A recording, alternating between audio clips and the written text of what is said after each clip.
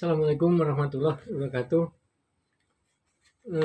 Ketemu lagi dengan Pak Astiono dalam mata kuliah PKN, dan semoga sehat-sehat semua, semangat, sehat, semangat, kuat, beserta ayah, ibu, dan keluarganya. Kali ini yang kita bahas adalah Pancasila sebagai sistem filsafat.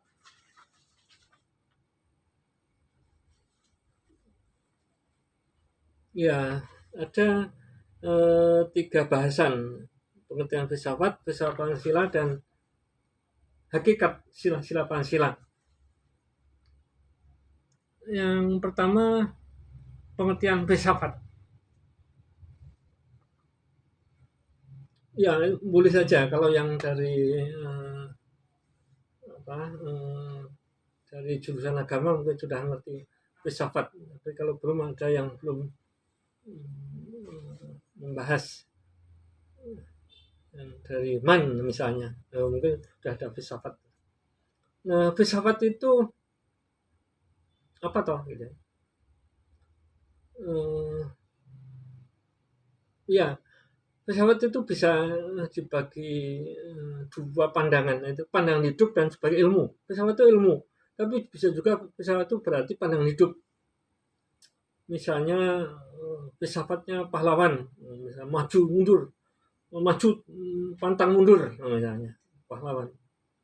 Rawe-rawe lantas, malang-malang putung, nah itu kan filsafatnya pahlawan.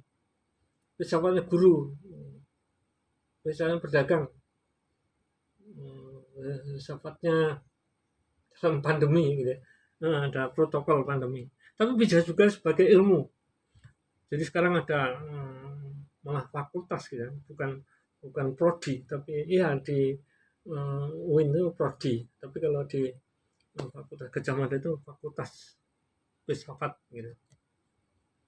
Berbeda-beda pandangan hidupnya. Ya. Filsafat diidentikan dengan pandangan hidup, merupakan konsepsi menyeluruh tentang alam semesta. Artinya hidup itu apa toh? Ya. Makan itu apa toh? Air itu apa toh? Ya semua itu anugerah ilahi, misalnya gitu. Terus menyeluruh. Nah, itu menjadi pegangan hidupnya seseorang atau masyarakat. Nah, itu menjadi norma atau norma-norma yang dipakai dasar dalam sikap dan perbuatan hidup. Dalam hubungan diri sendiri maupun sama. Ya, baik dalam soal apa saja. Itu terlihat dalam filsafatnya, terlihat pada tingkah lakunya.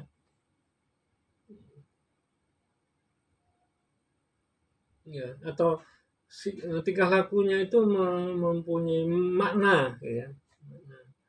Orang itu baik buruk itu mempunyai indikator-indikator dalam hubungan diri sendiri, dalam hubungan sesama pencipta, gitu ya, sama dan juga penciptanya. Itu merupakan sikap dan ciri. Jadi kalau kita terlambat itu bilang Masya Allah, nah itu kan dalam sikapnya.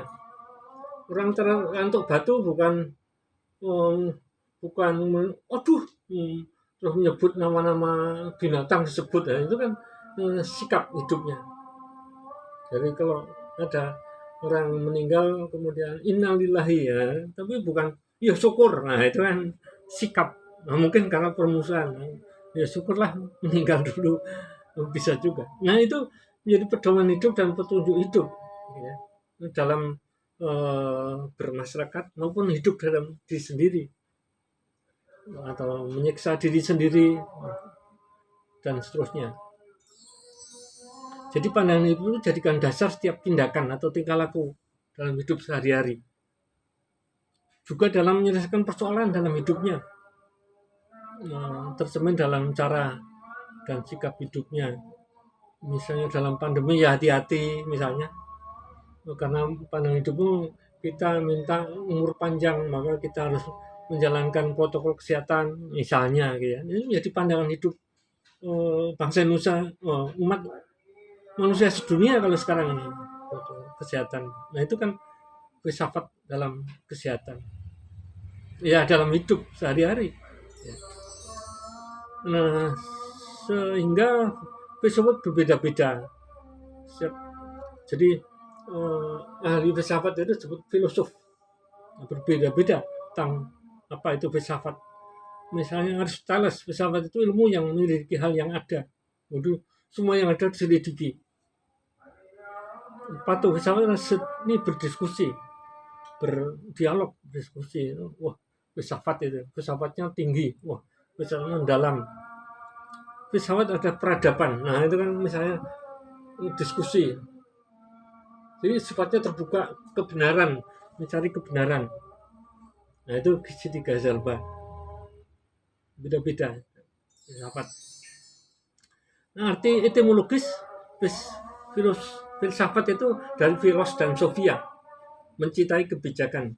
Kebijaksanaan itu adalah diartikan kebenaran atau pengertian yang luas atau orang intelektual, kecerdikan dalam memutuskan hal. Maka orang yang ada kecerdikan dalam memutuskan hal atau kebijakan itu disebut filosof.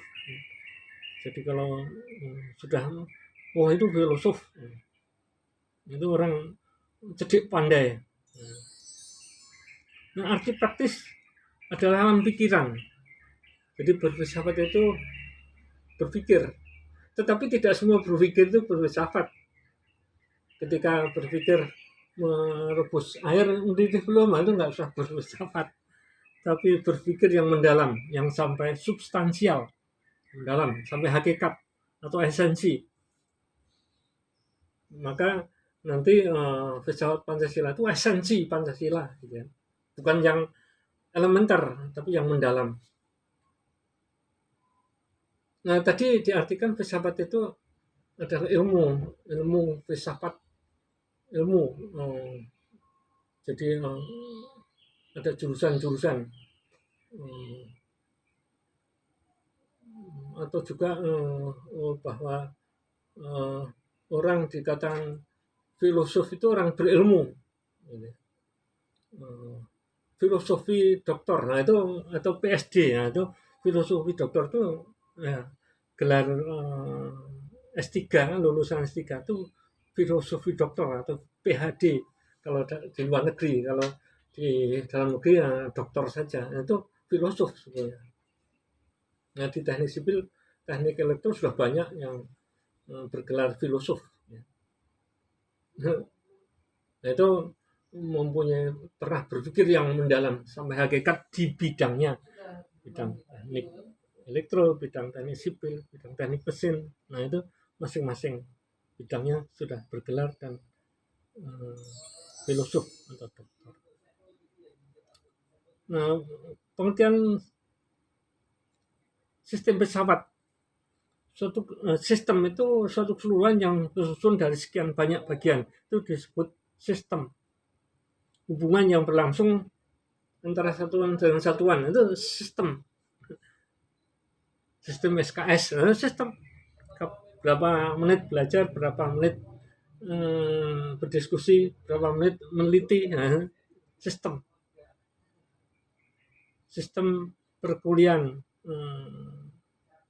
online, ya sistem seperti ini sistem. Ya karena dalam pandemi sistemnya. Tapi kalau untuk tatap muka ya juga bersistem. Mahasiswa mendengar, dosennya berbicara, gantian mahasiswa sudah bicara, dosennya mendengar.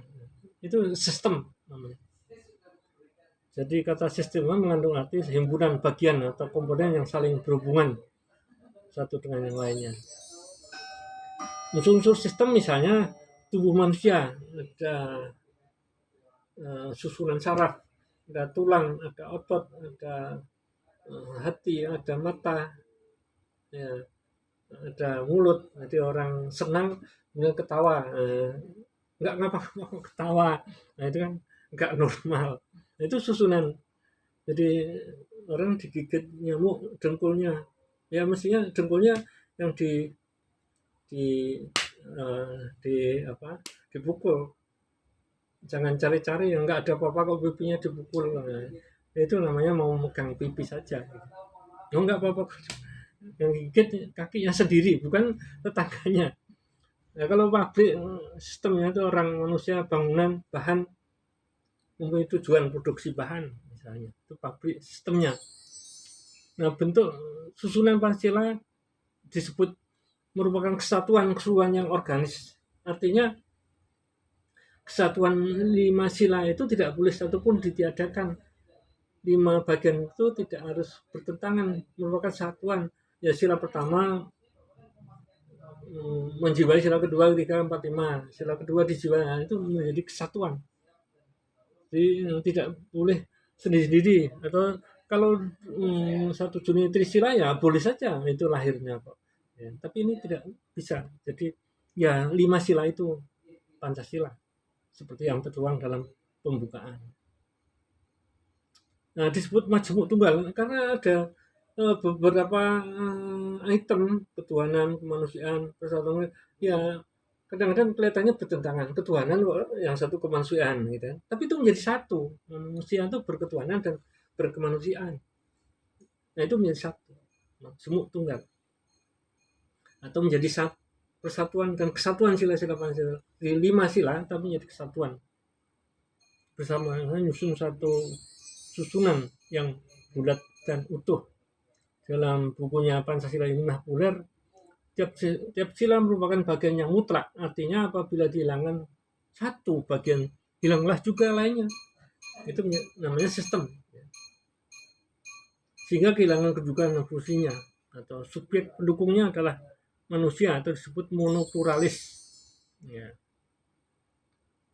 Jadi disebut monopluralis tadi bahwa hakikat manusia, susunan kodrat jiwa raga itu menjadi kesatuan. Kalau jiwa tok ya apa namanya roh gitu ya, raga tok ikut mayat, ini kesatuan gitu ya. Itu tidak ada yang sendiri-sendiri ya bagiannya, tapi manusia itu disebut monopolis itu jiwa raga menjadi satu. Pribadi diri sendiri dan makhluk Tuhan itu iya menjadi satu. Individu dan manusia seperti pokok bahasan yang lalu, individu dan sosial itu menjadi satu. Ya punya kebutuhan individu ya kebutuhan sosial itu menjadi satu. Itu sifat kodratnya. Kemudian kedudukan kodrat pribadi dan susunan kodratnya jiwa raga menjadi satu. Jiwa terdiri akal rasa kehendak menjadi satu. Raga organisme vegetatif animal menjadi satu. Jadi kesatuan orang bertindak itu mestinya berdasarkan atas keputusan akal, sesuai rasa dan kehendak untuk berbuat, memenuhi keragaannya, memenuhi sosialnya, memenuhi ketuhanannya, dan seterusnya. Nah, kemudian kesatuannya berbentuk hierarkis dan berbentuk piramidal. Piramid itu menggambarkan hubungan hierarkis. Dari sila-silanya hierarkis. Nah, piramid, gambar piramid di teknik kan jelas. Piramid. Nah, piramid itu sila-silanya dan urutannya dibagi luas, keluasan dan isi sifatnya, kualitas dan kuantitasnya, menunjuk pada tingkat luas dan isi sifatnya. Kalau lihat piramid itu, semakin memuncak, semakin luasnya sempit, tetapi banyak isinya. Makin banyak isi pengertiannya, makin sempit wilayahnya, patahnya. Nah, jadi dibuat gambar, kemudian semakin memuncak gitu kan, semakin sempit luasnya. Tapi dasar itu semua luas. Ya, ketuhanan yang masa, lebih sempit-sempit keadilan sosial bagi seluruh Indonesia. Itu pengertiannya. Misalnya pengertian manusia dan guru. Manusia itu ya ada guru, petani, mahasiswa, dosen, buruh dan sebagainya. Manusia. Guru lebih sempit kan. Ya, guru pun juga lebih luas, guru SD, guru SMP. Tapi dengan guru dan manusia itu luas manusia karena manusia terdiri beberapa profesi. Guru jelas guru, lebih sempit pengertiannya. guru mengajar di SD, SMP dan seterusnya lebih sempit. Kalau manusia seluruhnya ya siswa juga manusia, jadi lebih luas pengertiannya. Mahasiswa UMY ya kan lebih mahasiswa itu luas, tapi kalau mahasiswa UMY, mahasiswa UMY teknik kalau lebih sempit, teknik angkatan 2000 lebih sempit lagi, kelas A lebih sempit lagi, wanita lebih sempit lagi, wanita yang berasal dari Purwokerto lebih sempit lagi, dan seterusnya. Nah, misalnya gitu, mahasiswa mengambil fakultas, jurusan, angkatan, angkatan, jurusan, angkatan, kelas, asalnya, mahasiswa yang pakai sepatu, sandal, dan seterusnya, lebih sempit luasnya. Isinya makin banyak, maka makin sedikit individu yang dapat dimasukkan dalam wilayahnya. Jadi makin banyak isi pengetahuannya, makin sempit wilayah, atau sebaliknya.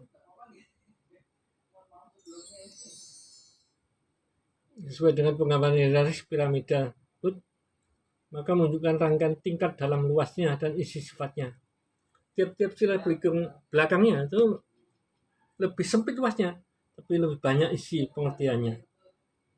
Ya, kemanusiaan, persatuan, lebih banyak isi pengertiannya, tapi lebih sempit luasnya. Keadilan sosial, maksud Indonesia. 5 sila yang mengikat. Rumusannya, sila pertama meliputi atau menjiwai sila kedua, 3, 4, 5. Sila kedua diliputi sila pertama menjiwai dan meliputi dan menjiwai sila 3, 4, 5. Sila ketiga diliputi sila 1, 2 dan meliputi menjiwai sila 4, 5 dan seterusnya. Diliputi dan sila.